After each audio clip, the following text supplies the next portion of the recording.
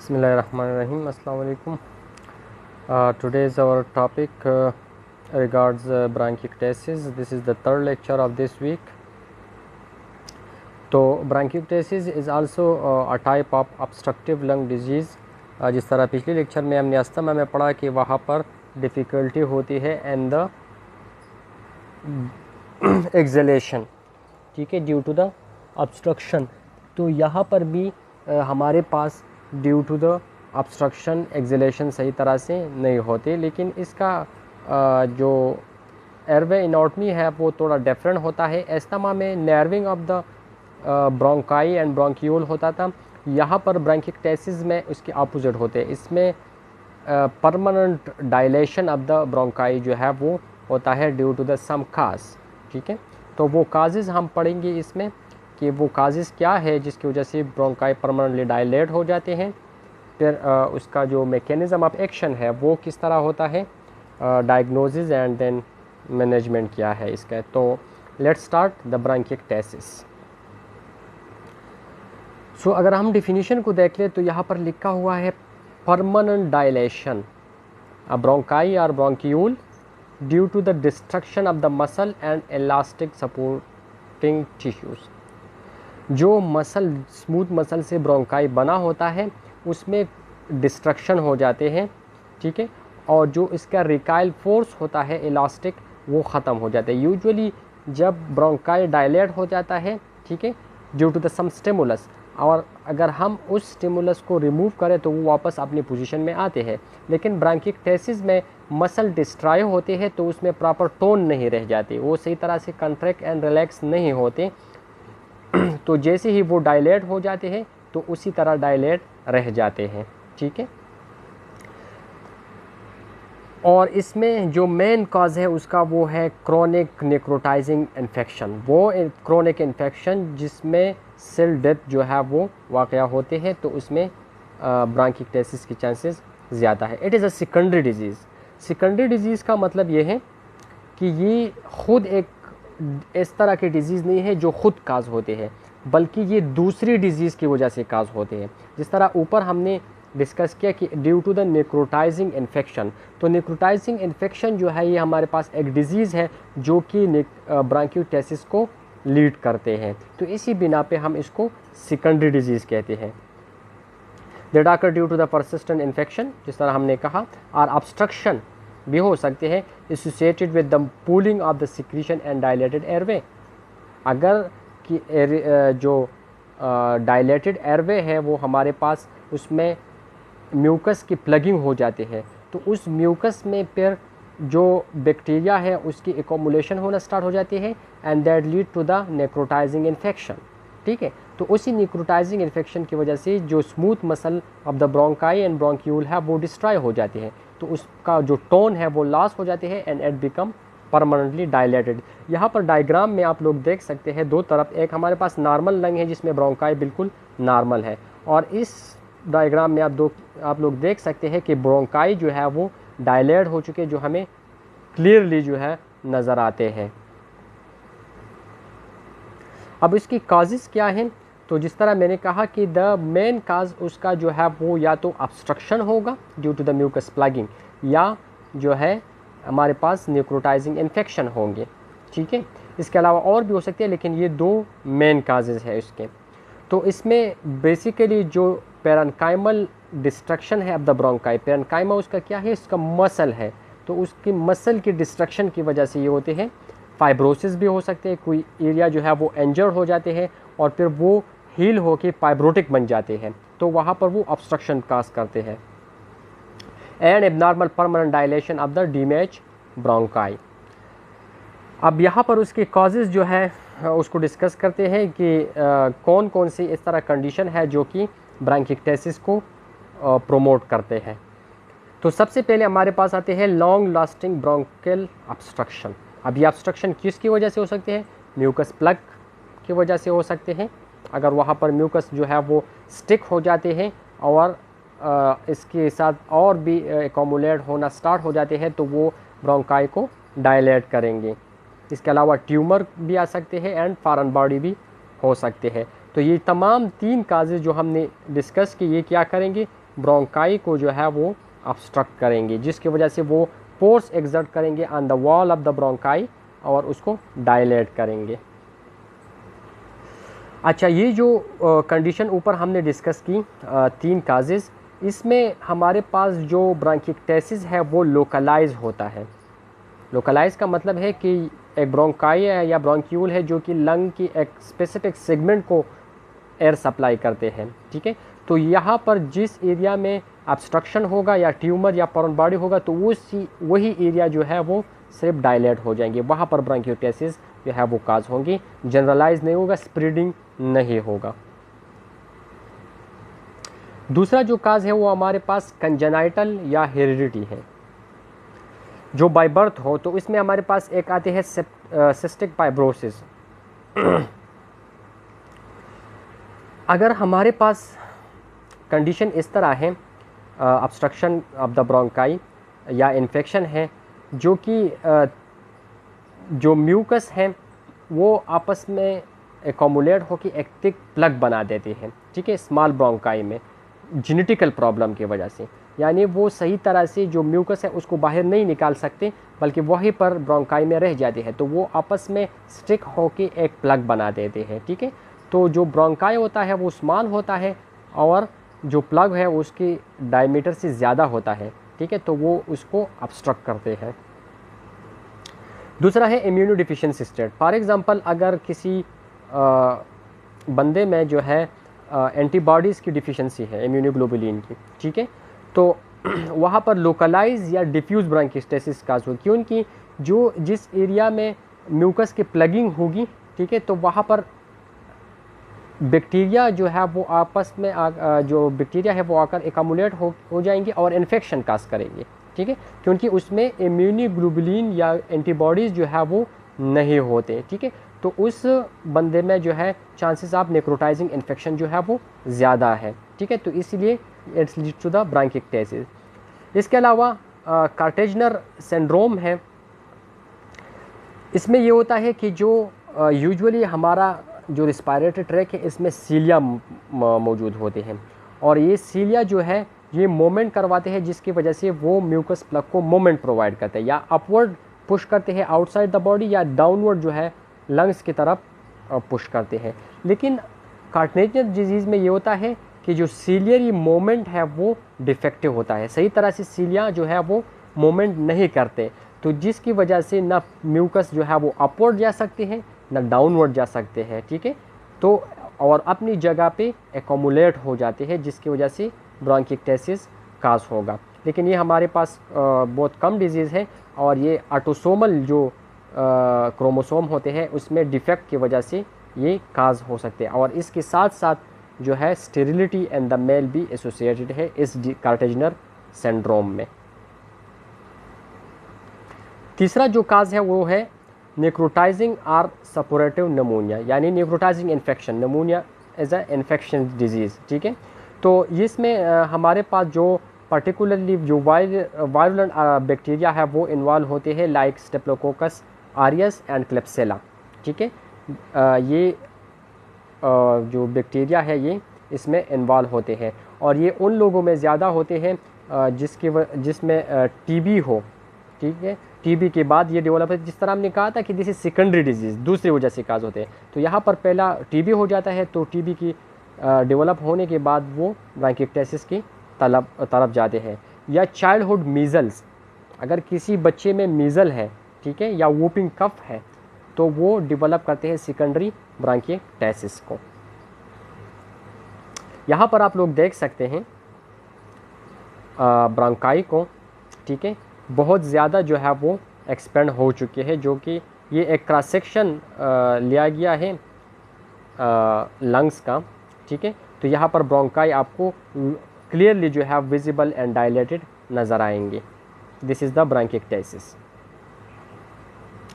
अब इसका जो मैकेनिज़्म है कि किस तरह ये डेवलप होते हैं, तो obstruction and chronic persistent infection result in inflammatory damage.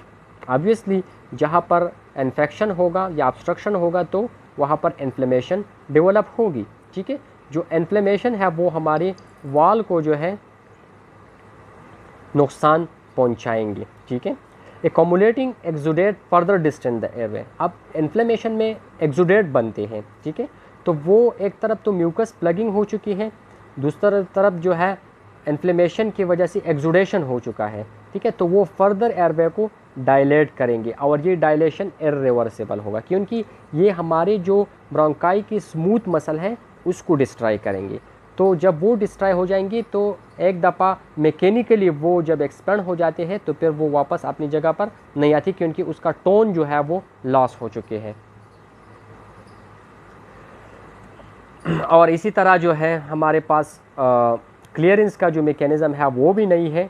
ठीक है, तो सेकेंडरी इन्फेक्शन वहाँ पर भी कास होगा। पहले से भी इन्फेक्शन था, अब दोबारा भी इसमें इन्फेक्शन होगा जो कि नेक्रोटाइजिंग होगा। अब जब ये इन्फेक्शन दोबारा डेवलप हो जाते हैं तो इट बिकम क्रॉनिक।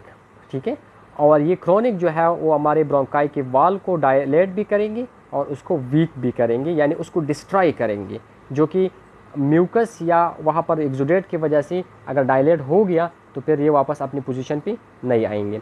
यहाँ पर एक एग्जांपल दिया है कि लंग कैंसर में हमारे साथ या फॉरेन बॉडी में जो है ऑब्स्ट्रक्शन होते हैं, उसमें बेसिकली ये एक तो ये होता है कि एक फॉरेन बॉडी या लंग कैंसर जो है एट सेल्फ जो है वहाँ पर एयरवे को नैरो करते हैं, उसको ऑब्स्ट्रक्ट करते हैं। For example this is airway, और यहाँ पर या फॉरेन बॉडी हमारे पास आ गई या जो है कैंसर आ गई। ठीक है, और इन दोनों कंडीशन में क्या हो जाते हैं कि जो म्यूकस की क्लियरेंस है, जो सिक्रीशन ऑफ द क्लियरेंस की सिक्रीशन की जो क्लियरेंस है वो सही तरह से नहीं होती, तो वो यहाँ पर आकर इसके इर्द गिर्द जो है एक्यूमुलेट होना स्टार्ट हो जाते हैं। तो वो फर्दर जो हमारा एयरवे है उसको ऑब्स्ट्रक्ट करते हैं और उस पर मैकेनिकल फोर्स अप्लाई करके उसको डायलेट करते हैं, यहाँ तक उसको डायलेट करेंगे। ठीक है,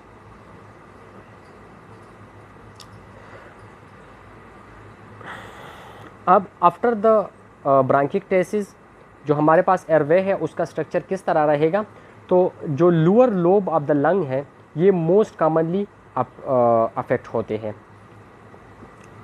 ठीक है, लोअर लोब, और ये बायलेटरली यानी दोनों लंग्स जो है वो अफेक्ट हो सकते हैं। लेकिन इसमें जो हमारे पास वर्टिकल लंग्स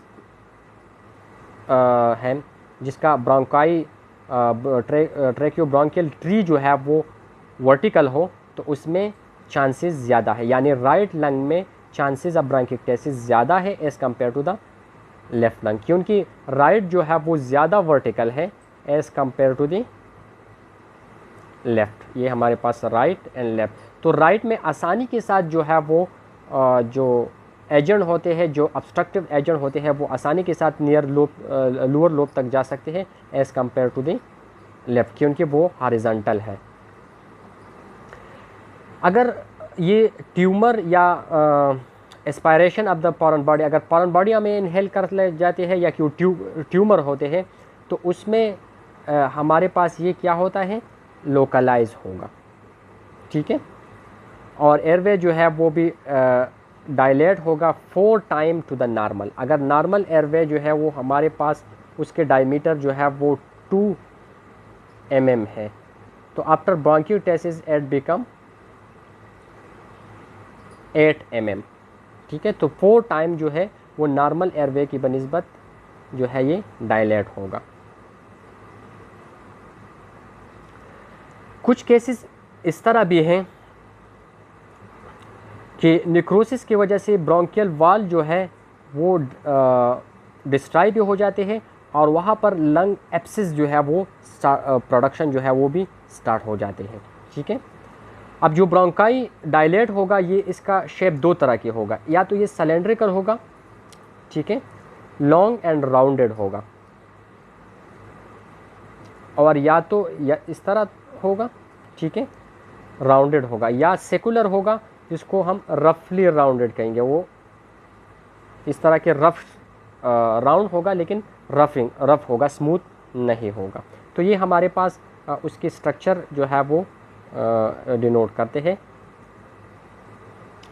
अब क्लिनिकली ब्रांकियोक्टेसिस का पेशेंट जो है, इसका जो मेन सिम्टम है वो है रिकरेंट एंड परसिस्टेंट फ्लो कि कफ, जो कफ जो है वो हमारे पास परसिस्टेंटली होता है और अगर आप एक बार ट्रीट करें तो वो दोबारा जो है डेवलप होगा। और जो स्पूटम, यूजुअली जो कफ होते हैं ये प्रोडक्टिव कफ होते हैं, इसमें स्पूटम जो है वो ज़्यादा होते हैं क्योंकि जो हमारे पास सिक्रीशन है वो उसकी क्लियरेंस नहीं होती, ठीक है। तो वो जब कफिंग करते हैं पेशेंट तो उस कफिंग में वो स्पूटम बाहर निकल आएंगे और उस स्पूटम जो है उसका फॉलिंग स्मेल होगा, गंदा सा स्मेल उसकी होगा और वाइट इन कलर होगा क्योंकि उसमें पस होगा, ठीक है, प्योरुलेंट होगा।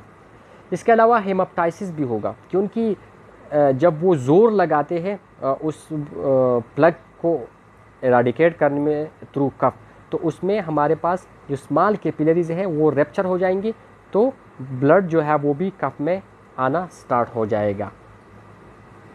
Shortness of breath and wheezing भी होगी क्योंकि ऑब्स्ट्रक्शन है। फीवर भी होगा क्योंकि इन्फेक्शन है। और develop the upper respiratory infection, ठीक है, इन्फेक्शन है तो वो जैसे ही वो मूवमेंट करेंगे बैक्टीरिया ऊपर की तरफ आएंगे तो it will cause upper respiratory infection like rhinosinusitis. और सीवियर केसेस में फिर ऑब्स्ट्रक्टिव वेंटिलेटरी डिफेक्ट भी आ जाते हैं। डिस्निया होता है तो dyspnoea develop into the ventilatory defect, ठीक है। तो इसमें फिर जब वो सही तरह से ब्रीथिंग नहीं कर सकते तो हाइपोक्सीमिया भी होगा, उसका जो ऑक्सीजन सैचुरेशन है वो भी कम हो जाएगा। हाइपरकेपनिया क्योंकि कार्बन डाइऑक्साइड को सही तरह से बाहर नहीं निकाल सकते, ऑब्स्ट्रक्शन इन द एक्सलेशन है, ठीक है। तो हाइपरकेपनिया, कार्बन डाइऑक्साइड का लेवल भी हाई होगा। और finally at develop pulmonary hypertension. Diagnosis, एक तो क्लिनिकल डायग्नोसिस जिस तरह हमने साइन सिम्टम बताए कि फीवर होगा, हेमाप्टाइसिस होगी, प्रोडक्टिव कफ होगा, ठीक है, अपर रिस्पायरेटरी ट्रैक इन्फेक्शन होगी, डिस्निया होगा, ठीक है। तो इसके साथ साथ लैब और रेडियोलॉजिकल डायग्नोसिस भी ज़रूरी है। तो लैब डायग्नोसिस में जब आप चेस्ट एक्सरे को देखेंगे तो वो उसमें हनीकॉम्ब जिस तरह शात की जो मक्खी होती है उसका कॉम्ब होता है, तो उसी तरह लंग्स आपको नज़र आएंगे। और सिटी स्कैन पे आप लोग डायलेटेड ब्रोंकाई देख सकते हैं। यहाँ पर मैं आप लोगों को दिखा दूँ, यहाँ पर देख ले, सिटी स्कैन में जो ब्रोंकाई है वो आप लोगों को इजीली जो है नज़र आते हैं क्योंकि ये डायलेटेड हो चुका है। और यहाँ पर एक्सरे में आप देख लेंगे तो हनीकॉम्ब लाइक जो है वो स्ट्रक्चर आप लोगों को नज़र आती है due to the dilated bronchi.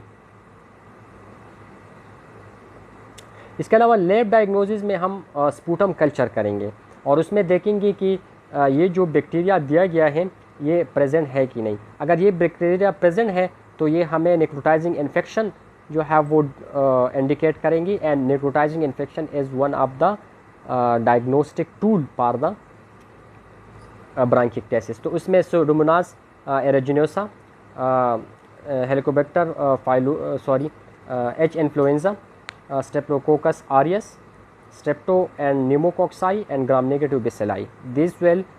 These are found in the sputum culture, so it will denote us the necrotizing infection and ultimately the bronchiectasis. यहाँ पर आप लोग एक्सरे और सीटी स्कैन को देख सकते हैं डायलेटेड ब्रोंकाई। इसके अलावा स्टेथोस्कोप के ज़रिए आप लोग क्या करेंगे, देखेंगे जब आप स्टेथोस्कोप को एयरवे पे रखेंगे, ठीक है, तो वहाँ पर आप लोगों को एयर फ्लो ऑब्स्ट्रक्शन, सही तरह से एयर के जो मोमेंट होते हैं वो आप लोगों को फील नहीं होगा थ्रू स्टेथोस्कोप। और साथ ही एक्सपायरेटरी वीज होगा, जब वो एक्सपायरेशन करते हैं तो इसमें आप लोगों को वीज जो है वो सुनाई देगा। इसके अलावा अगर आप स्वीट टेस्ट कर ले तो उसमें सोडियम और क्लोराइड का लेवल हाई होगा अगर सिस्टिक फाइब्रोसिस है, ठीक है, तो इसमें सोडियम और क्लोराइड का लेवल भी हाई होगा। ब्रांकोस्कोपी के थ्रू अगर आप जाएंगे तो आप लोगों को ऑब्स्ट्रक्शन दिखाई देगा। ऑब्स्ट्रक्शन तो या म्यूकस के प्लग का होगा या फॉरेन बॉडी का होगा या ट्यूमर का होगा। और इसके साथ इम्यूनोग्लोबुलिन अगर आप देखेंगे तो इम्यूनोग्लोबुलिन जो है वो आपके साथ लो होगा। ट्रीटमेंट इसकी बहुत सी सिंपल है कि जो काज हैं, क्योंकि हमने पहले स्लाइड में डिस्कस किया कि this is the secondary disease, तो इसका जो प्राइमरी डिजीज़ है वो प्रेजेंट है। अगर आप उस प्राइमरी डिजीज़ को कॉज करेंगे तो ये अल्टीमेटली ट्रीट हो जाएगा, तो आप उस काज को एलिमिनेट कर रहे हैं, ठीक है। इसके अलावा ब्रोंकोस्कोपिक सक्शन करें, क्योंकि इसमें सही तरह से म्यूकस क्लियरिंग्स नहीं होते और जो लोअर रेस्पिरेटरी ट्रैक है उसमें सिक्रीशन की प्लगिंग हो जाती है, तो आप उसको सिंपल सक्शन मेथड के थ्रू नहीं निकाल सकते, तो इसके लिए आपको ब्रोंकोस्कोपिक सक्शन करनी होगी, जिसके थ्रू आप लोग उसको जो सिक्रीशन है उसको बाहर निकालेंगे। इन्फेक्शन को कंट्रोल करने के लिए antibiotic, broad spectrum antibiotic obviously उसको ज़रूरी होगा, ठीक है, आईवी और इनहेलेशनल भी। इसमें आप लोग जो ब्रॉड स्पेक्ट्रम है उससे मेरोपेनियम या क्या है वेनकोमाइसिन है उससे आप लोग स्टार्ट कर सकते हैं, लेकिन अगर इसको भी वो रेजिस्टेंस शो करते हैं तो आप लास्ट ऑप्शन पे जाएंगे, दैट इज़ कॉल्ड सिस्टीन,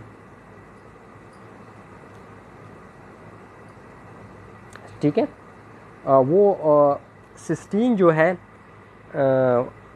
वो आईवी में भी देंगे और थ्रू नेबुलाइजेशन जो होते हैं इनहेलेशनल वो भी देंगे, ठीक है। इसके अलावा चेस्ट फिजिकल थेरापी करेंगे, जिसकी वजह से प्लग जो है वो डिस्ट्रॉय होगा और बाहर निकालने में आसानी होगी। और अगर ब्रोंकोडायलेटर जो है वो भी इंडिकेटेड है, क्योंकि वो थोड़ा बहुत जो है ब्रोंकाई को और डायलेट करके जो हमारा क्या है एयरवे है, एयर फ्लो है, उसको आसानी होती है, ठीक है। लेकिन दिस इज़ द ऑप्शनल कि आप लोग उसमें यूज़ कर सकते हैं या नहीं कर सकते, वो depend upon the clinical condition. So this is all about bronchiectasis. आप लोग देख लें, बुक में भी देख लें, यहाँ पर भी लेक्चर में भी सुने और देख लें। फिर भी अगर कोई क्वेश्चन हो तो आप लोग मुझसे पूछ सकते हैं। Thank you very much.